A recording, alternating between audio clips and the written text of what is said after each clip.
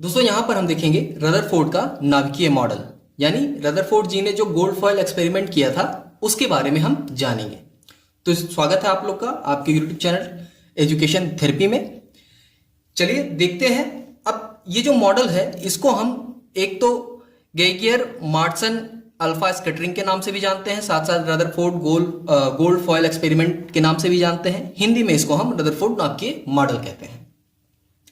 अब ये रदरफोर्ड का जो एक्सपेरिमेंट था, यानी ये जो एक साइंटिस्ट थे, बहुत ग्रेट साइंटिस्ट थे, इन्होंने एक्सपेरिमेंट किया। क्यों किया, सबसे पहले इस बात पे आते हैं। हुआ क्या था कि एक तो जब इसके पहले एक जे थॉमसन जी एक साइंटिस्ट थे, उन्होंने इसके बारे में, यानी जो परमाणु का आकार है या मॉडल है, इसके बारे में उन्होंने अपनी एक धारणा रखी, यानी अपने विचार व्यक्त किए। तो उन्होंने विचार में ये बताया कि एक परमाणु होता है, यानी जो परमाणु है हमारा, वो एक समझ लीजिए आपका वाटरमेलन होता है ना, वाटरमेलन, उसमें जितना रेड पोर्शन होता है, वो रेड पोर्शन हमारा जो होगा वो क्या होगा, वो पॉजिटिवली चार्ज होगा।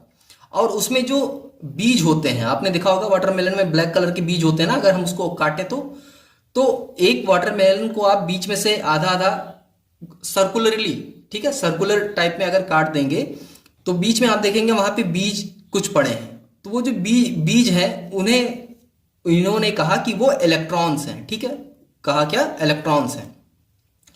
और बाकी जो एरिया आपको व्हाइट कलर का यहां दिख रहा है, इस बीच में जितने भी व्हाइट कलर के दिख रहे हैं, इस एरिया को उन्होंने कहा कि ये पॉजिटिवली चार्ज है। तो ये मॉडल बताया था जे थॉमसन जी ने। किसने बताया था? ये मॉडल बताया था हमारे जे साहब ने, जे थॉमसन जी ने बताया था। अब प्रॉब्लम क्या थी कि इस मॉडल को उन्होंने प्रूफ नहीं किया, यानी किसी भी एक्सपेरिमेंटल मेथड से वो इसको प्रूफ नहीं कर पाए। तो इसलिए इसको किसी ने माना नहीं, इसको मान्यता नहीं मिली, वैलिडेशन नहीं कर पाए वो इसका। ठीक है, तो फिर इसके बाद हमारे रदरफोर्ड साहब जी आए। इन्होंने अपनी तरफ से एक प्रैक्टिकल किया। प्रैक्टिकल किस पे किया? उन्होंने एक फॉयल ली, गोल्ड फॉयल, यानी सोने की बहुत पतली झिल्ली ली, पन्नी कह सकते हैं, बहुत पतली। ये जो गोल्ड फॉयल थी, अगर ये जो गोल्ड फॉयल थी, इसकी विड्थ की बात करें तो ये 0.0004 सेंटीमीटर थी। इसी के अप्रॉक्स में इसकी जो विड्थ थी ये थी, यानी मोटाई कह सकते हैं। इस गोल्ड फॉयल पे उन्होंने अल्फा पार्टिकल से बम्बार्डिंग की। बम्बार्डिंग का मतलब अल्फा पार्टिकल इस गोल्ड फॉयल के ऊपर इन्होंने छोड़ा। किसने छोड़ा? रदरफोर्ड जी ने। ठीक है, अब अल्फा पार्टिकल क्या होता है, थोड़ा सा अल्फा पार्टिकल जान लीजिए। अल्फा पार्टिकल जो होता है ये क्या होता है, पॉजिटिवली चार्ज होता है, यानी पॉजिटिव पार्टिकल होता है ये। बीटा क्या होता है? बीटा हमारा निगेटिव पार्टिकल होता है। और आपका गामा होता है, ये चार्जलेस होता है, न्यूट्रल होता है। ठीक है, तो रदरफोर्ड जी ने अल्फा पार्टिकल लिया। अब अल्फा पार्टिकल क्या होता है? यहां पे अल्फा पार्टिकल को हम कह सकते हैं, ये था हमारा क्या, जैसे हीलियम। हीलियम क्या होता है? हीलियम 2+ चार्ज होता है, पॉजिटिव चार्ज होता है। ठीक है, क्या होता है? Positive charge. इसमें जो प्रोटॉन्स होते हैं वो पॉजिटिवली चार्ज होते हैं और न्यूट्रॉन्स यहाँ पे न्यूट्रल होते हैं, आपको पता ही है। तो हीलियम के पार्टिकल्स थे, इससे इन्होंने क्या की, बम्बार्डिंग की। आप देख रहे हैं कि पॉजिटिव चार्ज है, हमें जरूरी क्या है ध्यान देना, पॉजिटिव चार्ज। अब आपने एक चीज और पढ़ा ही होगा, या नहीं पढ़ा तो मैं बता दूं कि सेम चार्ज जब आपस में आसपास आते हैं तो ये क्या होंगे, ये रिपल करते हैं, यानी एक दूसरे से दूर भागते हैं। अपोजिट चार्ज जब आएंगे तो ये क्या होंगे, अट्रैक्ट होंगे एक दूसरे की तरफ। ठीक है, तो ये कॉन्सेप्ट आप अपने दिमाग में रखिएगा। और अगर चार्ज न्यूट्रल है तो कोई फर्क नहीं पड़ेगा। ठीक है, एक जैसे एक के पास चार्ज है और दूसरे के पास कोई चार्ज ही नहीं है तो उससे कोई फर्क नहीं पड़ेगा। ठीक है, तो यहां पे हमें याद रखना है कि सेम चार्जेस हमेशा रिपल करेंगे, ठीक है, और अपोजिट चार्जेस अट्रैक्ट करेंगे, ये आपको पता भी होगा। चलिए, तो अब आते हैं उन्होंने ये मॉडल किस तरह से बनाया, कैसे इस पे एक्सपेरिमेंट किया। तो चलिए थोड़ा सा कॉपी को ऊपर भेज देते हैं ताकि ब्लैंक स्पेस आ जाए हमारे पास। तो यहां पे हम एक छोटा सा मॉडल बनाते हैं, जैसा उन्होंने अपने प्रैक्टिकल में बनाया था। क्या किया था, एक इनके पास एक बॉक्स था, ठीक है, क्या था, एक बॉक्स, इन्होंने बॉक्स कह सकते हैं या कवर कह सकते हैं, आप जो भी कह लीजिए। उसके बाद यहाँ पे इन्होंने एक बॉक्स में रखा अपना एक पार्टिकल, जिसको कह सकते हैं अल्फा पार्टिकल है ये, ठीक है, अल्फा पार्टिकल जो पॉजिटिवली चार्ज था, अल्फा पार्टिकल है। इस अल्फा पार्टिकल से यहाँ पे इन्होंने अपना रखा क्या, गोल्ड फॉयल। ये क्या है, ये हमारा गोल्ड फॉयल है। यहाँ से ये बम्बार्डिंग जब शुरू हुई तो अल्फा पार्टिकल से बम्बार्डिंग हुई, इन्होंने देखा कि बहुत सारी रेज हैं जो सीधी पार हो जा रही हैं, ठीक है, ऐसे पार हो जा रही हैं। इसमें से कुछ रेज ऐसी हैं, कुछ किरणें ऐसी हैं जो यहाँ पे बेंड हो जा रही हैं, ठीक है, आ रही हैं और बेंड हो जा रही हैं। कुछ किरणें ऐसी हैं जो जा रही हैं और फिर उसी रास्ते से सीधे वापस भी आ रही हैं, ठीक है। इन्होंने ये चीजें यहां पे देखी अपने एक्सपेरिमेंट में। तो ये तो एक फॉयल हमारा था। अब इस फॉयल के एक छोटे से पार्टिकल को अगर हम यहां पे बना दें, यानी ये हमारा क्या है, एक एटम है, ठीक है, इस गोल्ड फॉयल का एक एटम है ये। इन्होंने क्या देखा, यहां से पार्टिकल की बम्बार्डिंग हुई, अल्फा पार्टिकल यहां पे आया, ये हमारा क्या है, ये अल्फा पार्टिकल है, ठीक है, यही अल्फा पार्टिकल। अब ये किसी एक एटम पे जब जाएगा तो एटम पे कैसे रिएक्ट करेगा, ठीक है, एटम पे क्या करेगा, ये यहां पे बहुत सारे, अब यहां पे एक ही नहीं, एक ही अल्फा रे नहीं जा रही, बहुत सारी जा रही हैं, तो ऐसे बगल से अल्फा रे गई, ये इधर निकल गई, यहां से गई, इधर भी निकल गई। अब जब ये बीच से गई तो क्या हुआ, ये रिपल हो गई, वापस आ गई। फिर कुछ रेज गई तो यहां पे गई तो ये कुछ हल्की से ऐसी बेंड हो गई, ठीक है।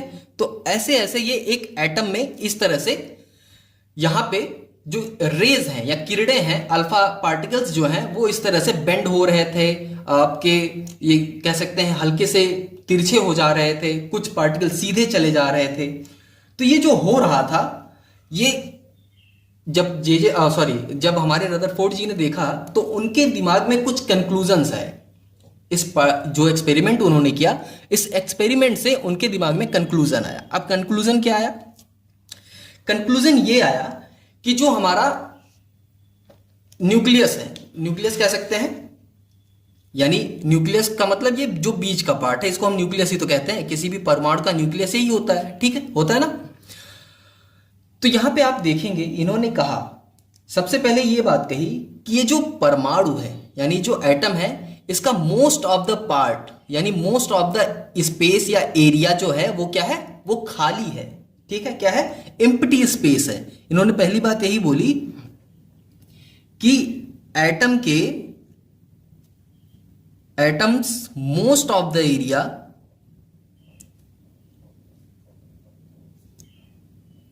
इज क्या है, एम्प्टी स्पेस, एम्प्टी स्पेस। ज्यादातर एरिया एटम का क्या है, खाली है, और खाली है इसीलिए क्या हो, अल्फा पार्टिकल सीधे सीधे देखिए निकल गया ना बगल से। अब इसका अगर रेशियो बताएं कि ऐसा क्यों कहा उन्होंने, तो जब इन्होंने प्रैक्टिकल किया ना तो उन्होंने ये पाया कि 10,000 में से 14 रेज ऐसी थी जो डेविएट हो रही थी, ठीक, क्या हो रही थी, डेविएट हो रही थी। डेविएट का मतलब जो अपने रास्ते से भटक रही थी।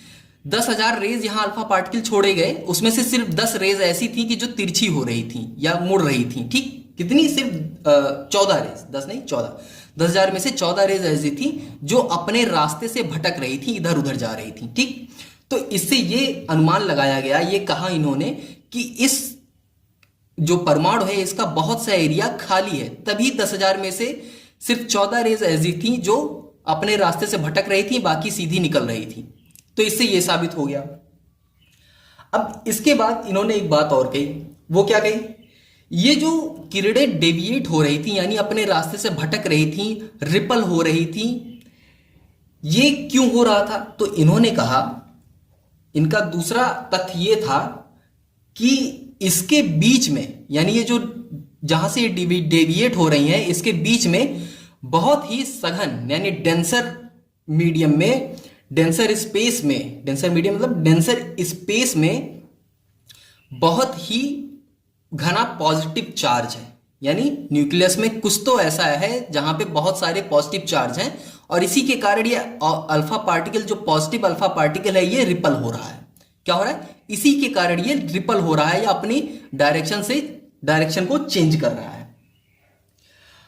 अब यहां पे इन्होंने ये एक चीज ये भी देखी कि स्लाइटली डेविएट होना तो अलग बात है, ठीक है, स्लाइटली डेविएट हो रहा था, इसका मतलब पॉजिटिव चार्ज तो है, लेकिन इन्होंने ये भी देखा कि ये जो न्यूक्लियस है ये इतना कंडेंस है, यानी इतना डेंसर चार्ज है, पॉजिटिव चार्ज यहां पे, कि ये 90 डिग्री से रिपल हो रहे थे, यानी जो रे यहां पे भेज रहे थे इसी रे पे ये वापस भी आ रहा था, यानी 90 डिग्री वापस आ रहे थे। और ये 8000 में से एक रेज ऐसी होती थी, यानी 8000 रेज अगर हम छोड़ते थे तो एक रे ऐसी होती थी जो 90 डिग्री पे ही वापस आ जाती थी। तो इसका मतलब न्यूक्लियस में कुछ तो ऐसा है जो पॉजिटिवली चार्ज है और जिसके कारण ये जो अल्फा पार्टिकल्स हैं, अल्फा रेज हैं, ये अपने पाथ से डेविएट हो रही हैं, या डेविएट का मतलब जिस रास्ते से उन्हें भेजा जा रहा है वो रास्ता बदल देना, उसको कहते हैं डेविएशन, ठीक है। तो ये दो चीजें इन्होंने बहुत इंपॉर्टेंट यहां पे बताई थी। तो यहां पे हम कह सकते हैं कि न्यूक्लियस में, इन द न्यूक्लियस, क्या कहेंगे? In the nucleus there is some positive charge,